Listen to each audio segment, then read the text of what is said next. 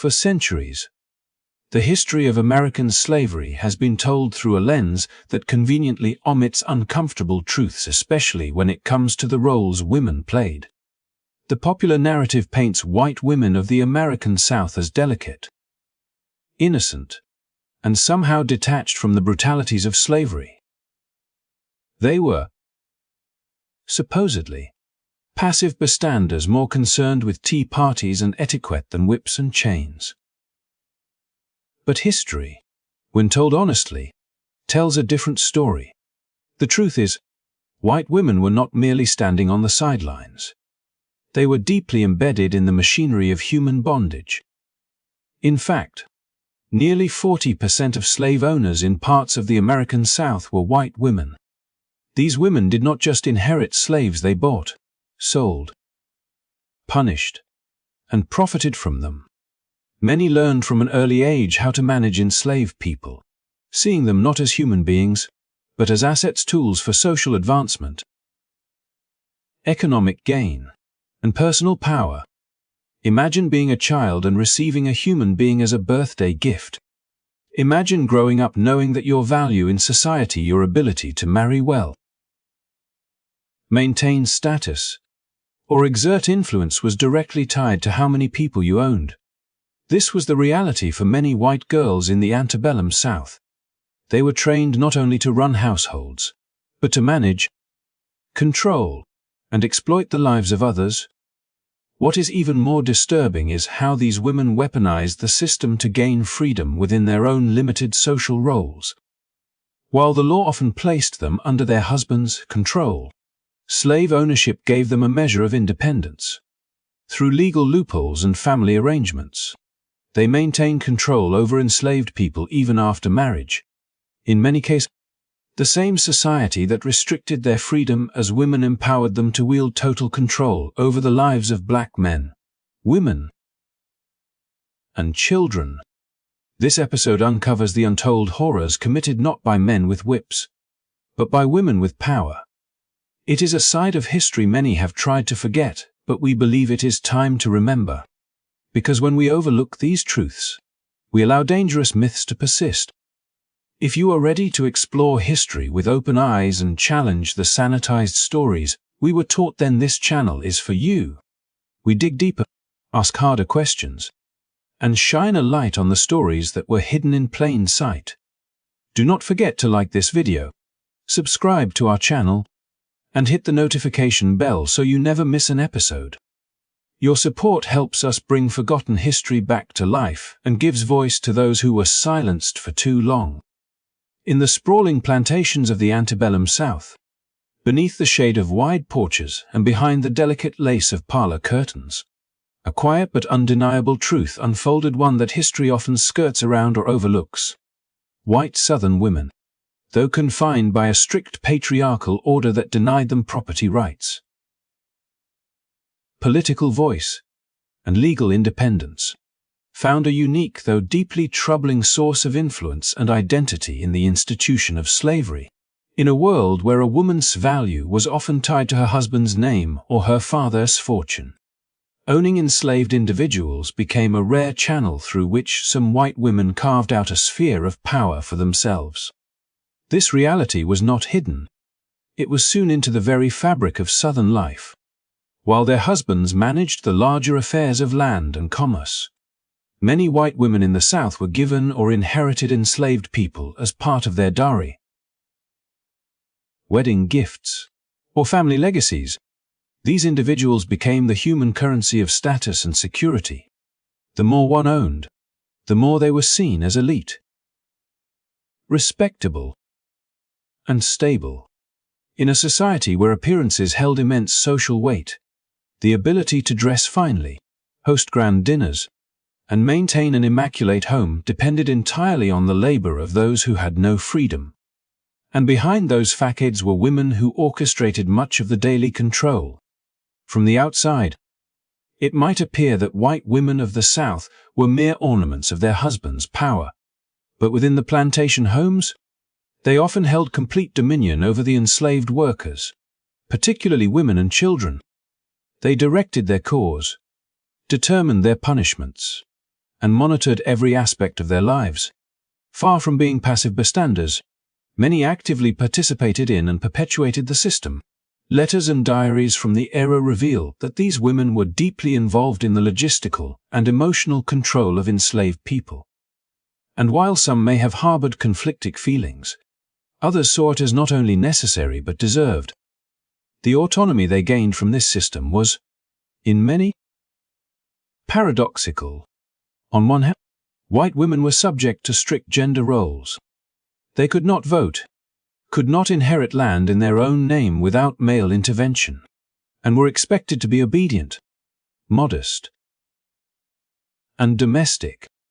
Yet through the ownership and management of enslaved laborers, they were able to wield authority, issue commands, and even maintain a form of financial control.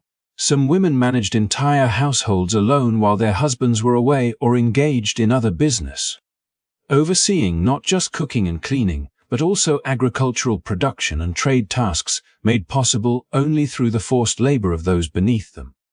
The system created a deeply rooted and complex hierarchy, one where power was unevenly distributed even among the oppressors. Not all white women were plantation mistresses, and some struggled with poverty themselves. But among those who benefited, the incentive to maintain the status quo was powerful. Slavery, for them, was not only about labor, it was about a social structure that placed them above others in a society that otherwise placed them beneath men. There were instances when enslaved women worked as personal attendants, wet nurses, seamstresses, or caretakers for the children of their enslavers. These relationships, often romanticized in later Southern literature, were marked not by affection, but by an overwhelming imbalance of power. The same women who relied on enslaved caregivers to raise their children often punished them severely for perceived disobedience. In many households, there was little distinction between discipline and domination. What complicates this history even further is that many white women perceived themselves as moral guardians of their homes and communities. They often framed their control over enslaved people as a form of civilizing influence, an echo of the prevailing myths used to justify bondage. Some even taught religious instruction, believing they were saving souls while simultaneously denying freedom. This contradiction between their claimed virtue and their participation in oppression would echo long after the war ended, influencing generations of memory and narrative. And yet, when the Civil War drew to a close and the institution of slavery was legally abolished, many of these women saw not just a loss of labor, but a collapse of the world they knew. Diaries from that time are filled with reflections of grief, not always for the lives disrupted, but for the privileges lost, the fear of social demotion, of losing their identity, and of having to share the world with those they once controlled haunted many of them. The end of slavery was, for them, the end of a system that had propped up not only their economy, but their sense of self. To look back on this period is not to lay individual blame, but to understand how complex and deeply embedded systems can provide both security and harm at the same time, how privilege can be built on the suffering of others, even when those benefiting see themselves as powerless in other respects. The story of white women in the antebellum South is not a simple one of victims or villains. It is a cautionary tale about how people can find comfort in systems of inequality, and how difficult it becomes to dismantle those systems when they are tied to identity, safety, and pride. In the grand narrative of American history, this dimension must not be forgotten. The legacy of those choices, and of that complicity, still echoes today, not in the grand plantations that now serve as historical landmarks, but in the ongoing discussions about race, gender, and memory that shaped the modern South and beyond. From the moment they could walk and speak, Southern white girls of the antebellum United States were gently but firmly ushered into a world where power and privilege were quietly woven into the fabric of daily life. In families that owned enslaved people, These girls were not simply bystanders to the institution of slavery, they were being groomed to become active participants in it.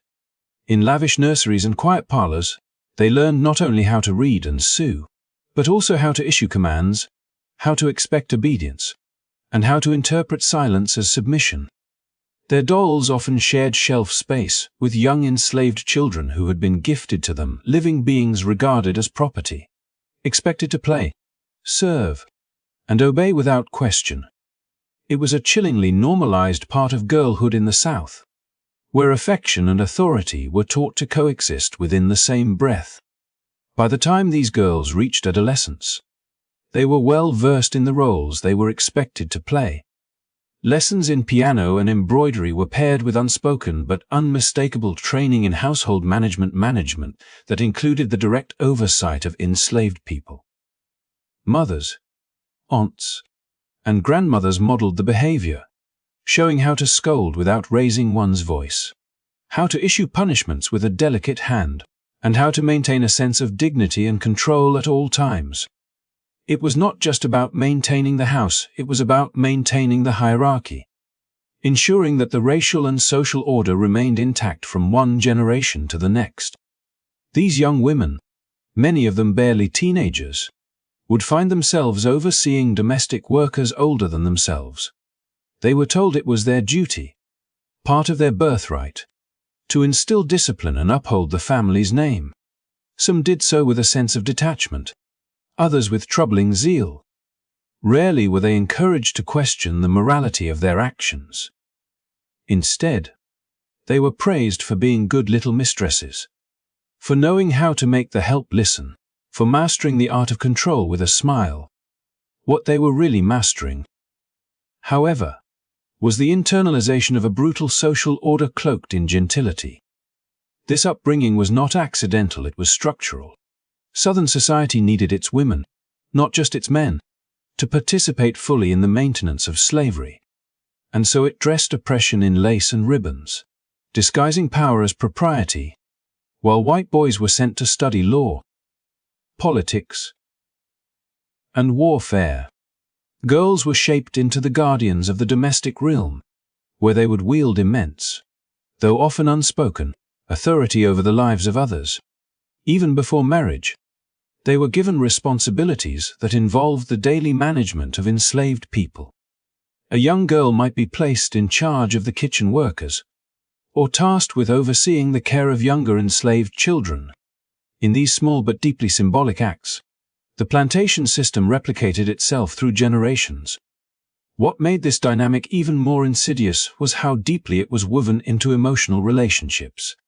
Some enslaved children, given as gifts, grew up alongside their young mistresses, sharing playtime and chores, bonds, however complex, were formed. Yet these relationships were never equal. No matter how tender they might have seemed, the enslaved child could not leave, could not say no, could not ask for freedom, and the white child, while perhaps fond of their companion, was taught to see them as a servant, a possession, a piece of inheritance to be passed down. As these girls became women and married into other families, they carried these lessons with them.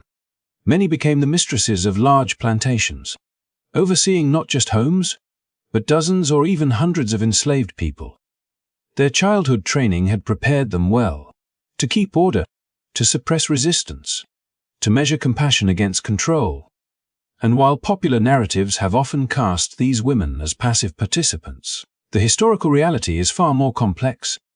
Some of them were among the most meticulous and cruel enforcers of discipline, operating behind closed doors and polite facades. Others may have struggled privately with the system, but few were able or willing to break free from the roles society had written for them. This cycle continued, generation after generation, with daughters learning from mothers, who had learned from theirs. The institution of slavery did not survive simply because of political structures or economic necessity. It endured in part because it was embedded into the most intimate corners of family life. It was passed down not only through law, but through lullabies, dinner table conversations, and bedtime stories.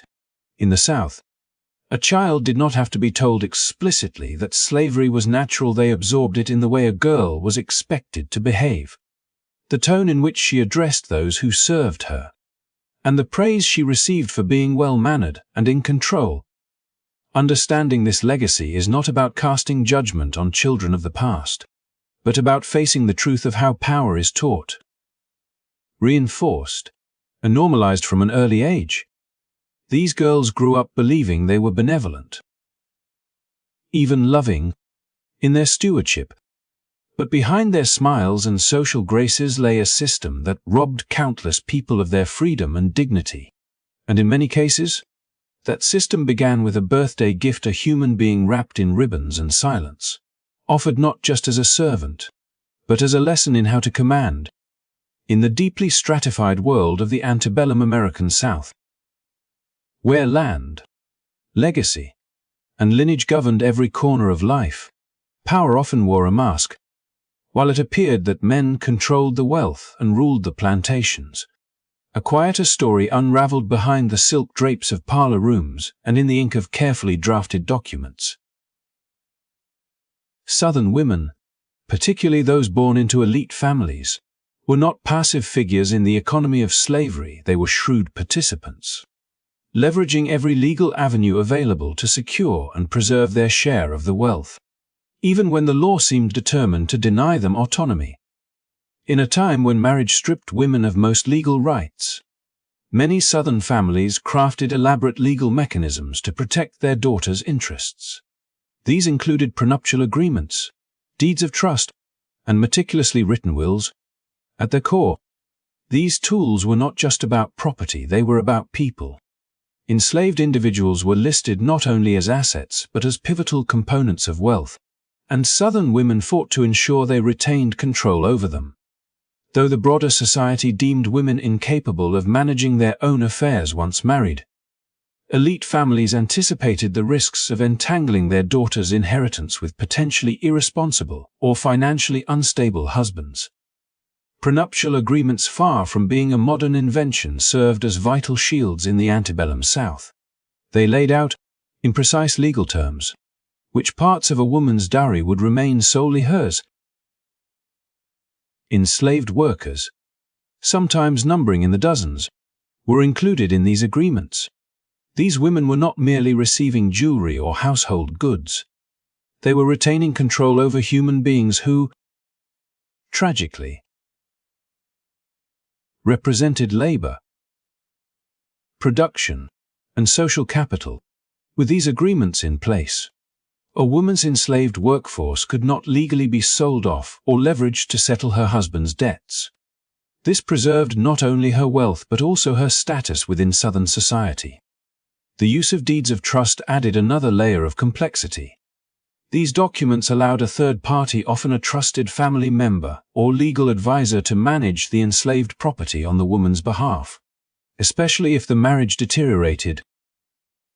In practice, this meant that even if a husband squandered his assets or lost the family's fortune through poor investments, the enslaved individuals held under the wife's trust remained legally untouchable. They could not be repossessed by creditors, nor claimed by the husband in a divorce or dispute. It was a form of financial firewall, crafted with a deep understanding of the risks women faced in both marriage and the volatile Southern economy. Wills, too, were powerful instruments in this quiet dance of control. Fathers, uncles, and grandfathers used them to pass enslaved individuals directly to daughters and granddaughters, often bypassing sons-in-law entirely. These documents sometimes contained chillingly specific language, listing names, ages, and even family groupings of those enslaved, earmarked for female heirs. It is a brutal reminder of the era's normalization of slavery, but also a stark illustration of how women used legal power to shape their economic futures. Far from being passive bystanders, these women were deeply enmeshed in the institution of slavery. In fact, recent studies of probate records and legal archives have revealed that a significant number of Southern women not only owned enslaved people but actively managed them. They rented them out for profit, bought and sold them, and made decisions about their labor, their movement, and their futures, their wealth, their social influence, and even their sense of security were inextricably linked to these legal structures and to the people they held in bondage. Consider the case of a young woman inheriting a small group of enslaved workers from her father. Upon her marriage, a prenuptial agreement states that these individuals will remain her sole property. Over time, she expands her holdings, using her earnings to acquire more enslaved laborers. She manages them herself, oversees their work on her land, and becomes an economic force in her own right. When she dies, her will passes them on to her daughter, bypassing her husband entirely. At no point does the law or custom entirely strip her of control, because at every stage, her family used legal strategy to keep the power in her hands. These practices complicate the traditional narratives of Southern womanhood as helpless or disengaged from the moral burden of slavery. They were, in many cases, beneficiaries and architects of a system that dehumanized others for profit. Their participation was not accidental or peripheral. It was deliberate, calculated, and protected by tracts and courtrooms. And while these women may have faced real limitations in a patriarchal world, they carved out spaces of authority through the very tools designed to limit them. In telling this story, we cannot ignore the human cost buried beneath these legalities. The names in the contracts were families torn apart, children counted as inheritance, lives reduced to columns in an account ledger. The legal savvy of Southern women ensured their wealth. Yes, but it also perpetuated a system of suffering that endured for generations. Understanding how they navigated this world is not about admiration, it is about truth. It is about seeing the full picture, even when that picture is painful, and acknowledging the role played by all actors in the story of American slavery. In the vibrant, sun-scorched markets of coastal West Africa, beneath the palm-fringed skies and among the scent of salt and sweat, a silent but devastating commerce unfolded, one in which women played a far more active and complicated role than history has often acknowledged. While the dominant narrative of the transatlantic slave trade tends to portray African women as victims or passive bystanders, a closer examination reveals a different, far more nuanced reality. Women were not merely caught in the tide of this brutal system, they were often navigating it, shaping it, and, at times, profiting from it. Among the stalls of gold, ivory, and textiles, human lives were routinely bartered like any other commodity. Women, particularly those of higher social or economic standing, frequently participated in the purchase and sale of enslaved individuals. In some regions, such as Dahomey or among the Yoruba, elite women held considerable influence and managed expansive household enterprises that required labor. These women, wives of chiefs, merchants, or powerful lineage heads, built their wealth through land, trade, and the ownership of enslaved people. Far from being hidden in the shadows of male-dominated commerce, many conducted transactions with the same confidence and authority as their male counterparts. Markets were not the only venue where this trade occurred. Women developed and operated private social networks that facilitated the discreet exchange of human lives through familial connections, marriage alliances, and friendships. Enslaved people were bought, sold, or gifted. This informal, woman-centered trade often operated in tandem with official markets, expanding the reach of the slave economy into intimate domestic spaces. In these private circles, a mother might offer a young girl as a wet nurse to a wealthier friend, or an aunt might broker the sale of a young boy to a cousin in another village. These exchanges were not always transactional in the conventional sense. They were deeply embedded in a web of social obligations, status negotiations, and survival strategies. Perhaps most revealing is how women created and maintained specialized markets for enslaved wet nurses, women who had recently given birth and were forced to nourish the children of others. These wet nurses were highly sought after, particularly by elite families who viewed maternal breastfeeding as beneath their status or who had adopted orphaned infants. The practice exploited the most intimate aspect of motherhood, lactation, and commodified it for the benefit of the wealthy. Wet nurses were expected not only to feed, but also to care for their masters' children with devotion, often at the expense of their own. This female-driven facet of slavery was not unique to Africa. Across the Atlantic, in the Caribbean and American South, echoes of this pattern repeated. Enslaved wet nurses were prized for their ability to perform motherly duties without ever being allowed to fully experience motherhood themselves. In many cases, the children of these women were sold off or neglected, while they were forced to shower affection on the offspring of those who enslaved them. The physical and emotional toll of such arrangements was profound, but it also reveals the degree to which female labor, and particularly reproductive labor, was commodified in both African and colonial slave systems. Still, it would be a mistake to flatten the story into one of cruelty alone. These complex female roles within the slave trade were deeply shaped by local customs, survival instincts, and socio-political realities. In some cases, participation in the trade provided women with an opportunity to increase their family's security or protect themselves in patriarchal societies. For instance, in matrilineal communities, where inheritance passed through the mother's line, women had strong incentives to accumulate labor for the sake of their children and grandchildren. Ownership of enslaved people, whether for farming, trade, or domestic work, could ensure the prosperity of an entire lineage. Yet, even when motivated by self-preservation, these choices had devastating consequences. Each sale or purchase reinforced a system that dehumanized countless individuals and tore families apart. Each wet nurse employed meant another child left without its mother's milk. Each woman who gained social mobility through the trade did so at a cost that would echo for generations. The economic and social logic of the time may have justified these actions, but the human suffering they caused was immense. The complexity of women's involvement in the slave trade challenges simplistic interpretations of history. It forces us to see beyond binary roles of victim and perpetrator, and to confront the deeply embedded systems that made participation in human bondage not only possible but, in some cases, necessary for survival. In the end, these stories do not absolve, but they do explain. They reveal a world where women, navigating a brutal and unjust system, sometimes became architects of that same injustice.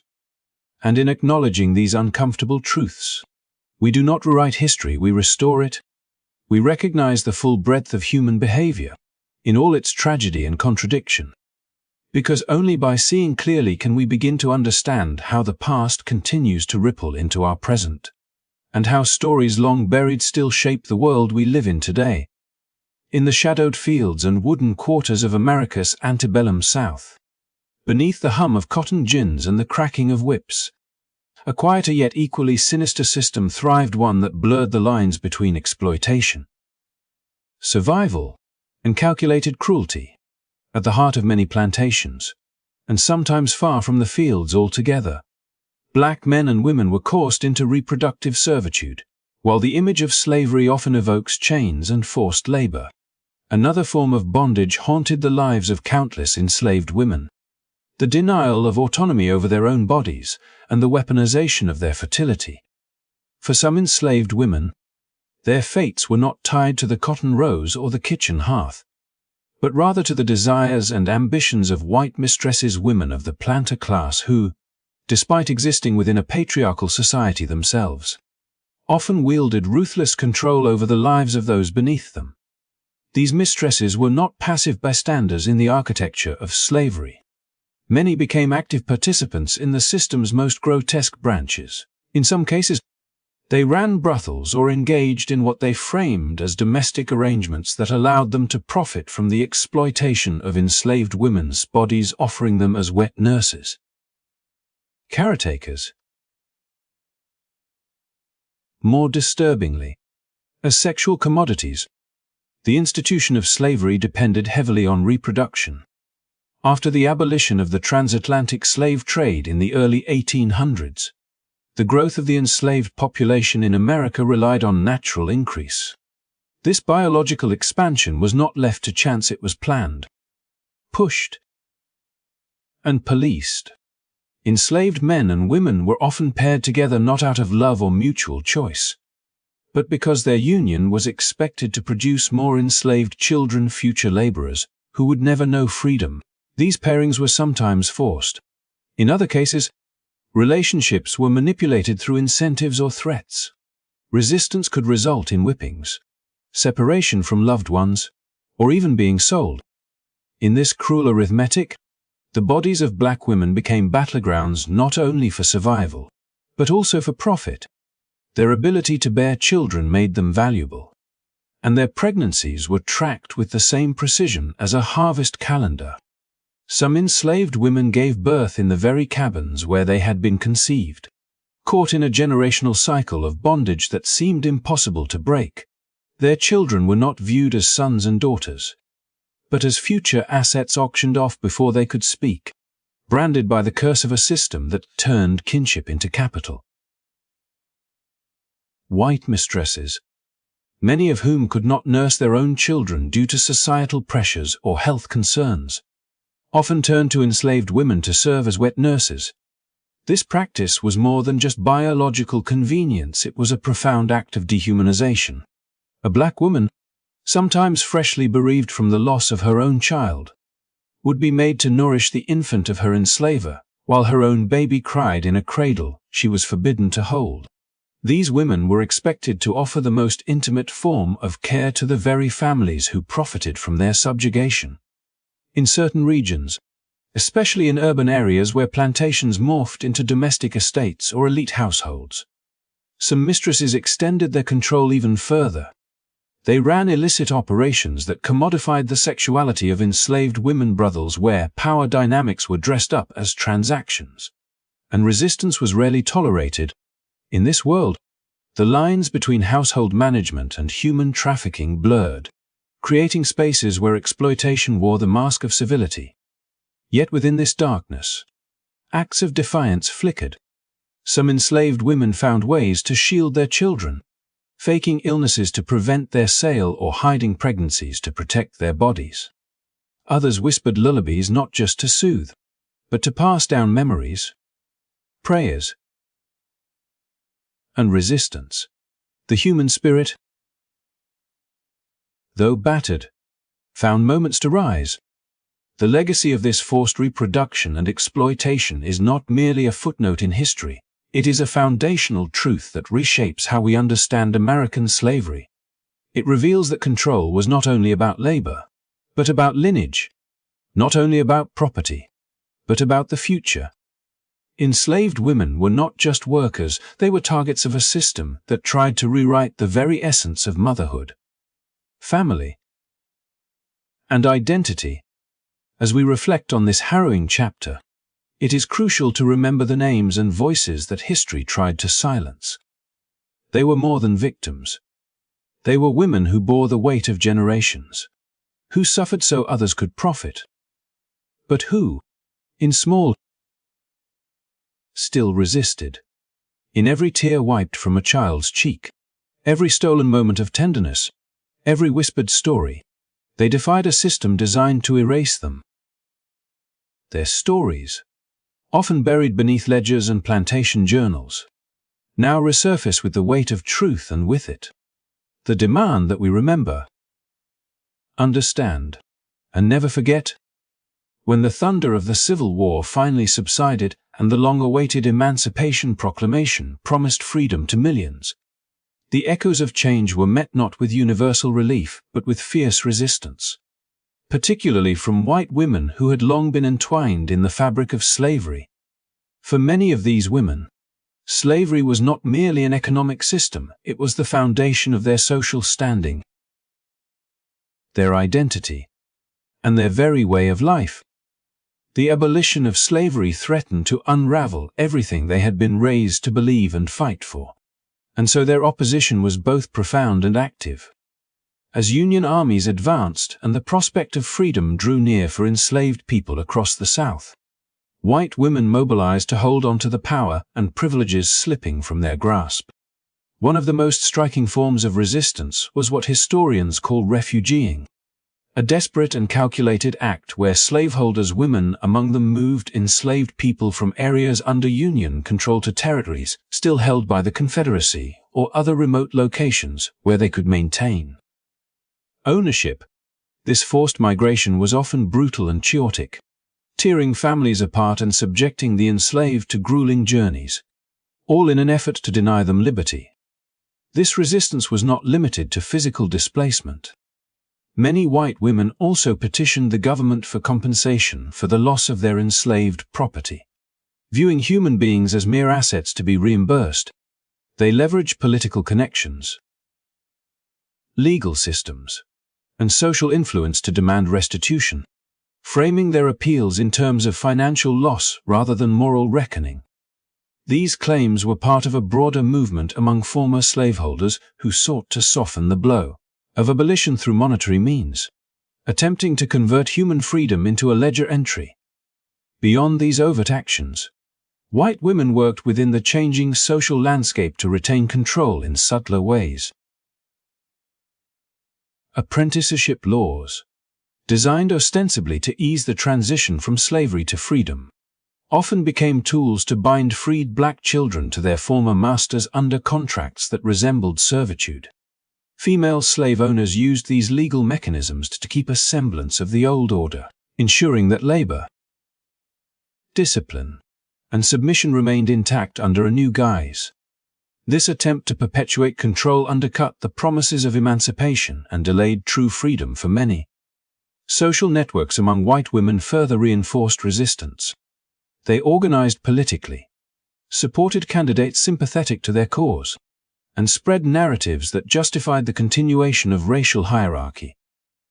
They were the backbone of communities that sought to rewrite the meaning of freedom, recasting it not as universal but as conditional and limited. In salons and churches, they cultivated ideologies that framed emancipation as dangerous chaos, threatening the stability of Southern society and the sanctity of the white family. The psychological dimension of this resistance was no less significant. For generations, white women had been taught that their worth and security depended on the institution of slavery. They identified with the system, defending it as necessary for social order, economic prosperity, and their own protection. The loss of slavery meant the loss of their identity, forcing many to grapple with a world where the lines of power and privilege had been irrevocably redrawn. Their resistance was, in part, a reaction to this upheaval, a refusal to surrender the world they had known. Yet, while many white women fought against abolition, the tides of history were relentless. The Reconstruction era brought legal changes, new freedoms, and the beginnings of social transformation. However, the legacy of resistance by white women lingered, manifesting in segregation laws, voter suppression, and violent intimidation that sought to undermine black progress. Their efforts to hold on to power did not end with emancipation, but morphed into new forms of systemic oppression. This chapter in history complicates simplistic narratives about who supported slavery and why. It shows that white women were not simply passive observers or innocent victims of their circumstances, they were active agents, shaping, sustaining, and defending a brutal system. Understanding their resistance provides crucial insight into the social dynamics of the post-war South and the long struggle for racial justice that would follow. In reflecting on this era, it is important to remember the human cost hidden behind these struggles over power, the lives uprooted by refugeeing, the dreams deferred by apprenticeship contracts, and the ongoing fight to deny freedom to black Americans speak to a painful legacy. Recognizing the roles played by white women in resisting abolition does not seek to assign blame for the past alone, but to illuminate the complexities of history so that we may better understand the roots of inequality and the challenges that remain today. This story is a reminder that the fight for freedom was never straightforward, and that the forces arrayed against it were diverse and determined. The resistance of white women to the end of slavery is a crucial part of that history, a testament to the resilience of injustice and the enduring necessity of vigilance in the pursuit of equality. In the wake of emancipation, the dawn of freedom for millions of formerly enslaved people was far from a clear break from the chains of bondage. Instead, it marked the beginning of a new chapter where white women long accustomed to power and control devised intricate means to maintain their dominion. The promises of liberty and equality clashed violently with the realities of a society unwilling to relinquish the social and economic hierarchies that had defined it for centuries. Within this turbulent landscape, white women emerged not as distant bystanders but as active architects of systems designed to exploit and contain black labor under the guise of legality and progress. With slavery legally abolished, the Southern economy, once dependent on enslaved labor, faced a crisis that white landowners, particularly women, sought to resolve through the apprenticeship system. This system, purportedly created to transition freed children into freedom and work, quickly became a mechanism of control that bore striking resemblance to the very slavery it replaced. Young black boys and girls were bound by contracts to their former owners or other white employers, often forced to work long hours for meager or no wages, while their autonomy was severely restricted. Under this guise of legal apprenticeship, the hands that once whipped them now wielded new chains. Invisible but unyielding, white women leveraged their social and legal standing to enforce these contracts, wielding power in ways both overt and subtle. The apprenticeship system allowed them to maintain the labor force critical to their wealth and status while shielding themselves from accusations of overt slavery. It was a delicate balancing act, projecting a veneer of legality and reform while perpetuating exploitation. Freed children, whose futures were meant to be unbound, found themselves tethered to the same plantations and households where they or their parents had been enslaved, their childhoods marked by relentless labor and constrained freedom. The shadow of control extended beyond apprenticeship to the pernicious use of vagrancy laws, which targeted black individuals who lacked steady employment or permanent residence. These laws, weaponized by white authorities and landowners alike, criminalized poverty and mobility, funneling countless black men and women into forced labor arrangements strikingly similar to slavery. Arrested for vague offenses like idleness or loitering, many were sentenced to work on plantations, in factories, or on public projects, often leased out to private employers eager to profit. This convict lease system enriched white women and men alike, sustaining an economy built on coerced black labor long after emancipation. Within this oppressive framework, white women exercised significant influence not just as passive recipients of a system maintained by men, but as active participants who enforced, negotiated, and benefited from these exploitative arrangements. Their homes, courts, and social circles became centers of control, where contracts were signed, debts enforced, and punishments administered. The narrative of white womanhood as delicate and powerless collided harshly with the reality of women who were determined to preserve their privileges by whatever means necessary. Yet these systems of exploitation were not solely about economics. They were also about upholding a racial and social order that placed white supremacy at its core. By binding freed black people through apprenticeships and vagrancy laws, white women contributed to a culture that denied black autonomy and sustained segregation. The illusion of freedom masked ongoing servitude, making the post-emancipation era a period of contested rights and limited liberties. Black communities, while fighting for education, political participation, and economic independence, faced relentless obstacles erected by those unwilling to accept change. Despite these oppressive structures, black resistance endured, Families and communities resisted by hiding children from apprenticeship claims, challenging unjust laws, and creating support networks to care for one another.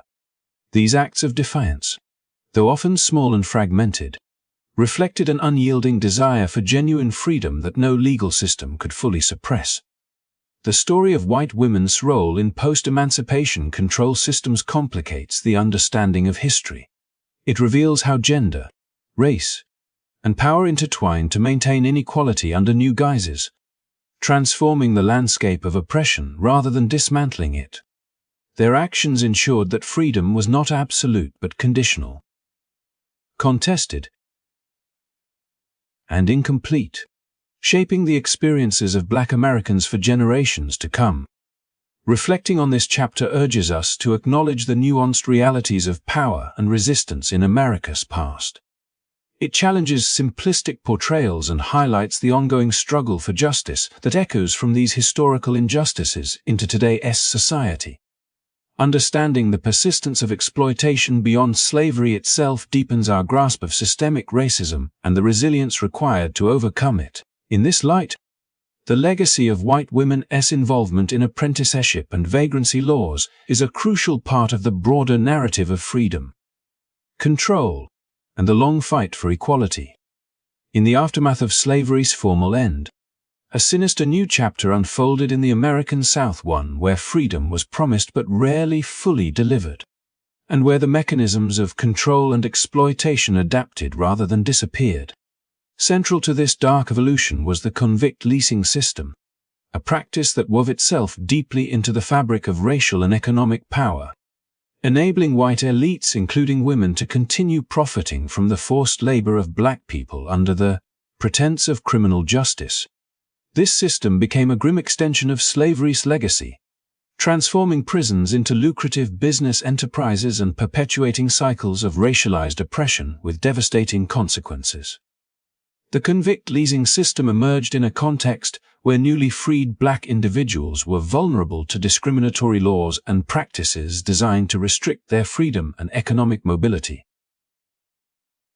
Southern states, grappling with the loss of enslaved labor, enacted a series of vagrancy and petty crime laws that criminalized commonplace behaviors such as unemployment, loitering, or even minor thefts. These laws disproportionately targeted black people, who found themselves trapped in a legal web that made their freedom conditional and precarious. Once arrested under these often vague and unjust charges, black men and women were leased out to private companies, plantations, or municipalities to perform grueling labor under brutal conditions. What distinguished convict leasing from traditional imprisonment was its direct link to economic profit. White elites, including wealthy women who had once been slave owners or heirs to slaveholding wealth, seized upon convict leasing as a means to maintain their economic dominance. They acted as landlords of human bodies, collecting fees from companies that employed leased convicts and often overseeing the conditions under which these laborers toiled. The system created a perverse incentive to arrest and lease as many black people as possible, fueling a cycle of incarceration that bore a striking resemblance to the bondage of slavery itself. Women played a significant role in sustaining this system. Their influence in social, economic, and legal spheres allowed them to support and benefit from convict leasing directly and indirectly. Some women, inheriting plantations or businesses, viewed convict leasing as a way to rebuild wealth lost during the Civil War and Reconstruction. Others, embedded in local political networks, advocated for the enforcement of harsh laws and supported officials who maintained the system. Their status as white elites granted them authority to shape policies and social norms that reinforced racial hierarchies and justified the continued subjugation of black laborers. The conditions faced by leased convicts were often horrific. Unlike prisoners today, these individuals were considered property of the lessees rather than the state, subjected to brutal physical labor with little regard for safety or well-being. Many were worked to exhaustion, abused, and deprived of adequate food, shelter, or medical care. Death rates were alarmingly high, with some historians comparing convict leasing to slavery by another name. Families were torn apart as men, women, and even children were swept into the system, their lives controlled by a cycle of incarceration and forced labor that perpetuated poverty and racial injustice. Public records and personal testimonies reveal the extent to which white elites profited handsomely from this system. Fees paid by companies for convict labor bolstered local economies and enriched individuals who controlled these arrangements. Some women, managing estates or businesses, directly collected income from leased convicts, intertwining their fortunes with a system built on racial exploitation. This financial dependence on forced black labor underscored the persistence of racial capitalism in post-emancipation America, where freedom was circumscribed by economic interests and social power. At the same time, the convict leasing system reinforced the social order that white elites sought to preserve, by criminalizing black existence and funneling individuals into forced labor. The system maintained a racial caste structure that upheld white supremacy. The widespread fear of black autonomy and mobility fueled harsh policing and punitive laws, with white women often positioned as defenders of order and morality within their communities. Their participation lent a veneer of respectability to a system that relied on violence, coercion, and racial prejudice. Despite the pervasive oppression, black resistance persisted. Leased convicts sometimes organized rebellions, escaped captivity, or sought legal recourse where possible. Communities rallied to support those ensnared in the system. Sharing resources, offering shelter, and keeping the memory of freedom alive. These acts of defiance, though often met with brutal retaliation, illustrated an enduring human spirit that challenged the inhumanity of convict leasing. Understanding the role of white elites, including women, in the convict leasing system expands our view of post-slavery America beyond simplistic binaries of oppressor and victim. It reveals a complex web of gender, race, and class dynamics that sustained economic exploitation and racial injustice long after the abolition of slavery.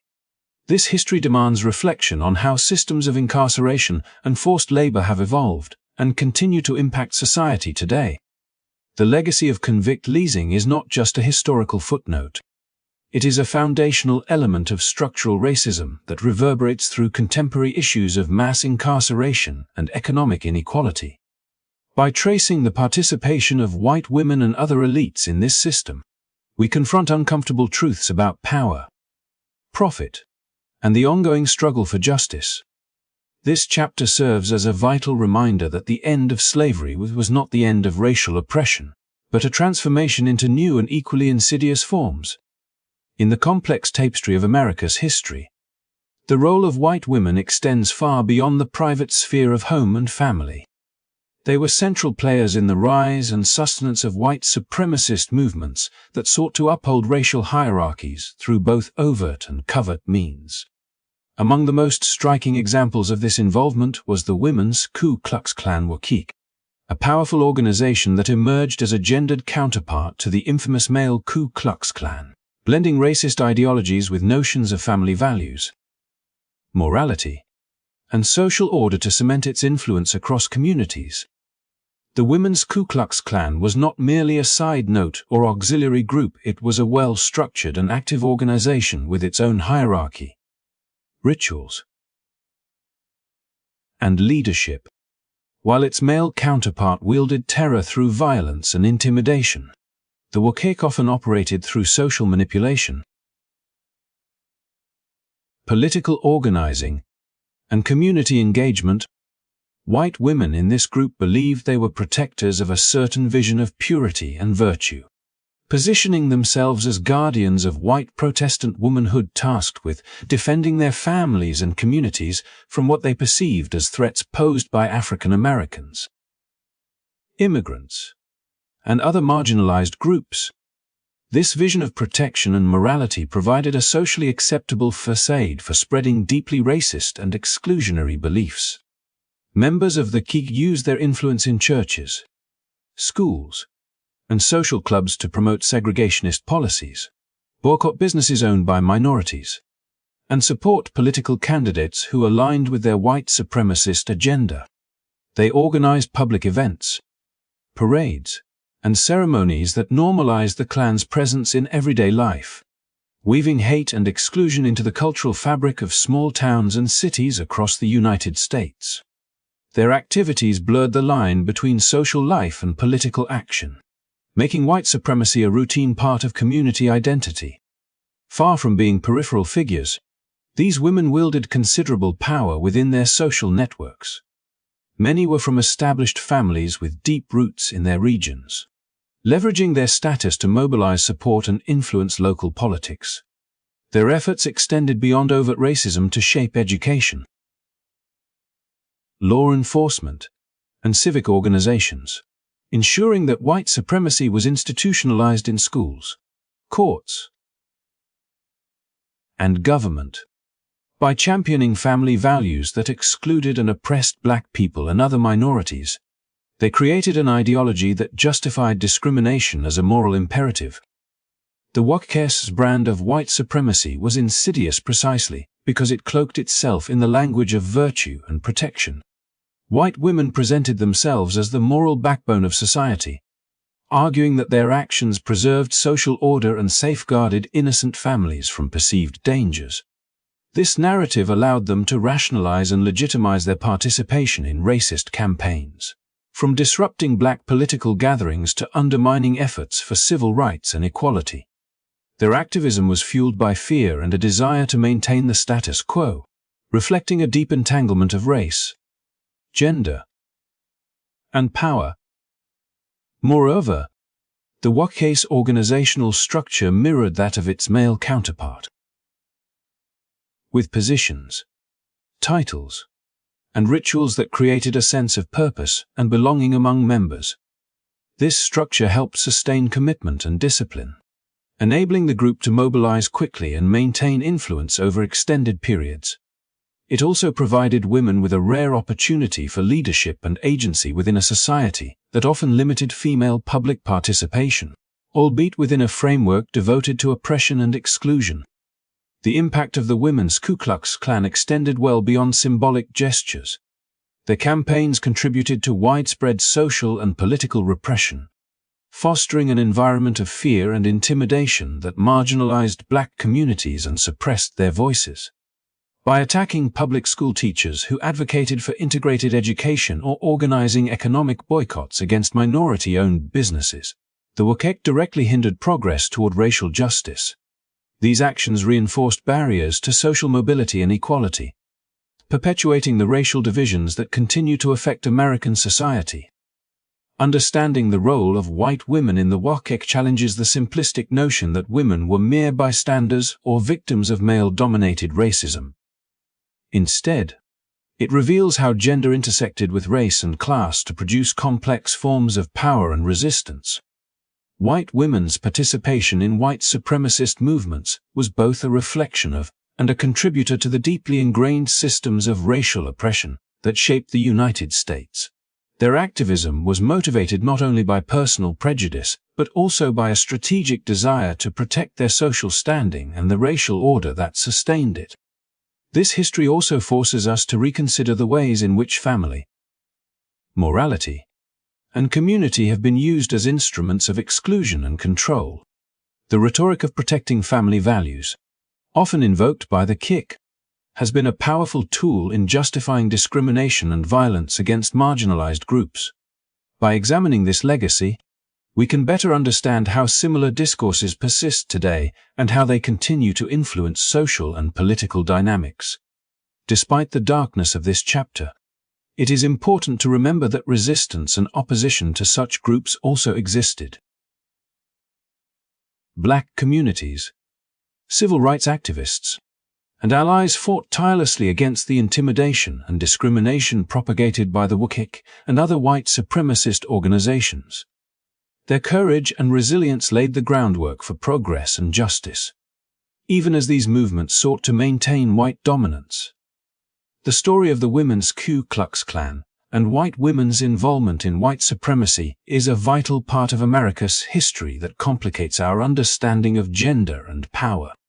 It reminds us that the struggle against racism requires confronting all its dimensions, including those that emerge from unexpected quarters. By shining a light on this history, we take a step toward acknowledging the full scope of systemic injustice and the ongoing work needed to dismantle it. Within the intricate social fabric of many American communities in the late 19th and early 20th centuries, white women belonging to groups like the Women's Ku Klux Klan skillfully wielded the power of social networks, community organizations, and subtle political tactics to entrench racist ideologies and further the goals of white supremacy. Their influence extended far beyond public demonstrations or violent acts. It permeated everyday social life, where the guise of morality and community responsibility cloaked their divisive and harmful actions, allowing them to shape public opinion and political landscapes with chilling effectiveness. These women understood that maintaining racial hierarchies required more than intimidation. It demanded controlling the narratives that people lived by, influencing who held power, and defining what behaviors were acceptable within their communities. Through social clubs and women's organizations, venues traditionally associated with charity, culture, and mutual support, they organized campaigns that targeted minority groups and those who challenged segregationist norms. These clubs became powerful incubators for racist agendas, where members coordinated boycotts of businesses owned by black individuals or others seen as outsiders, thereby economically punishing those who sought equality or simply tried to live their lives. Beyond economic pressure, these women engaged in smear campaigns designed to tarnish the reputations of political candidates, educators, or community leaders who supported civil rights or opposed segregation. Through whispers, rumors, and orchestrated public denunciations, they sought to marginalize dissenting voices and reinforce a social order that excluded black people and other minorities from full participation. By positioning themselves as the moral conscience of their towns, these women masked their discriminatory actions as guardianship of virtue and stability, a framing that made it difficult for opponents to challenge them without appearing to threaten community values. In the political arena, their influence was no less potent. The Women's Ku Klux Klan and similar organizations mobilized to support candidates who aligned with their white supremacist goals, using their extensive social networks to rally votes, organize events, and campaign vigorously. They understood that controlling political power was essential to preserving segregation and economic exploitation. Their efforts helped elect officials who enacted laws that disenfranchised black voters, upheld discriminatory schooling, and reinforced labor exploitation systems such as convict leasing and apprenticeship contracts. The intersection of social activity and political engagement allowed these women to operate both publicly and behind the scenes, crafting strategies that extended white supremacy into every corner of community life. This blend of social respectability and ruthless political maneuvering allowed white women to maintain a position of influence that was often underestimated or overlooked. While public attention frequently focused on the violent actions of male Klan members, these women's quieter yet persistent activism was equally important in sustaining systemic racism. They excelled at shaping the cultural and social environment to normalize exclusion and discrimination, embedding racism into daily routines, family life, and civic institutions. Moreover, these women's actions were deeply rooted in the societal expectations placed upon them.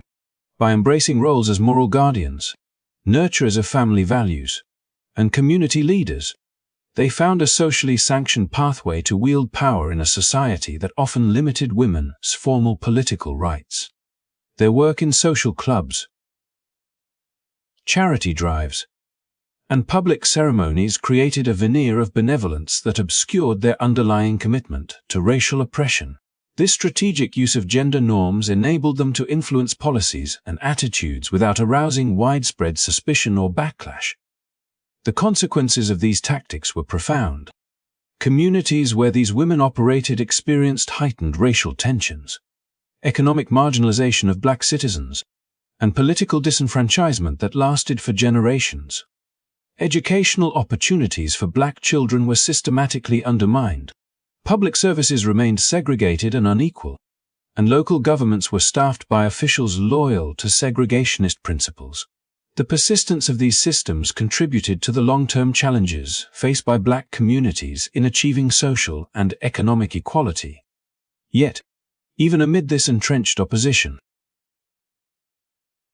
resistance continued. Black activists, educators, and community leaders fought against boycotts, political repression, and social marginalization with determination and resilience. They worked tirelessly to build institutions, advocate for voting rights, and foster solidarity in the face of relentless hostility. These struggles highlight the dynamic nature of social change and the contested terrain of American race relations. Examining the role of white women in reinforcing racism through social clubs, boycotts, and smear campaigns reveals the complexity of power and influence beyond the obvious displays of violence or political authority. It challenges simplistic narratives of victimhood or passivity and instead uncovers a calculated and strategic engagement with racial oppression. Their actions demonstrate how cultural and social capital can be mobilized to sustain exclusionary systems, emphasizing the importance of understanding multiple dimensions of historical injustice. This history also prompts reflection on how similar strategies of social and political manipulation can persist in various forms today. The interplay of morality, community values, and political power remains a potent force in shaping public discourse and policy, sometimes serving to marginalize vulnerable groups under the guise of protecting social order. Recognizing the legacy of these women's tactics is essential to confronting ongoing challenges related to systemic racism and inequality. Ultimately, the story of these women is a reminder that the fight for justice must address not only overt acts of discrimination, but also the subtler ways in which power operates through social institutions, networks, and cultural norms. Understanding their role deepens our comprehension of how deeply ingrained and multifaceted racism has been in American history, and how dismantling it requires vigilance across all levels of society. As we come to the close of this story, it is essential to confront the truths that history sometimes tries to obscure. The long-held myth of white female innocence, that white women were merely passive, sheltered figures removed from the harsh realities of slavery and racial oppression, is one that this narrative decisively challenges and dismantles. Far from being innocent bystanders, white women were deeply woven into the fabric of slavery, racism, and social control. They were not only participants but often willing, strategic agents who shaped and sustained these oppressive systems to preserve their social status, wealth, and power. From owning and managing enslaved people to enforcing racial hierarchies through legal means, social clubs, and even violent movements, white women played critical roles in maintaining the institution of slavery and the racial order that followed. They learned from an early age to control enslaved people, used their influence to uphold systems of exploitation after emancipation, and mobilized social and political networks to reinforce white supremacy. Their actions, both overt and covert, contributed significantly to the suffering endured by black communities and the long-lasting effects of systemic racism that echo to this day. This story is not just a recounting of past injustices, but a call to recognize the complex layers of history that inform our present. Understanding how power, gender, and race intertwine to uphold oppression challenges us to rethink simplistic narratives and acknowledge the full scope of responsibility. It reminds us that dismantling systemic racism requires confronting uncomfortable truths about all those who contributed to its perpetuation. Regardless of gender or social expectations, we owe it to those who endured these hardships and to future generations to remember this history fully and honestly. by shining a light on the involvement of white women in these oppressive systems. We honor the resilience of those who resisted and continue to inspire efforts toward justice and equality. Recognizing these truths is a vital step in healing, education, and building a society rooted in genuine equity. Thank you so much for watching and taking the time to engage with this important story. If you found this video insightful, please like, share, and subscribe to support the channel and help us continue exploring history with honesty and depth. Your support means a lot and helps bring more untold stories to light. Wishing you a peaceful night ahead. Sleep well and take care.